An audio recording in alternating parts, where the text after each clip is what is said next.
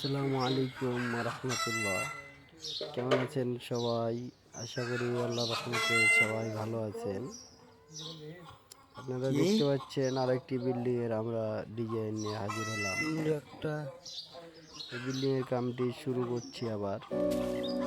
ফোর্সের চাল বাকি আছে।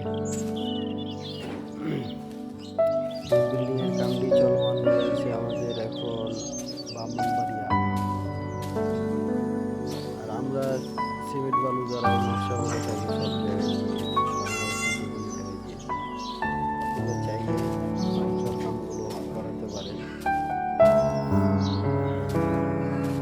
কামটি শুরু করছি, সবাই দোয়া করবেন যেন কামটি সহজ করতে পারে আল্লাহ রহমতে ভালো করে। সবাই ভালো থাকেন। আসসালামু আলাইকুম।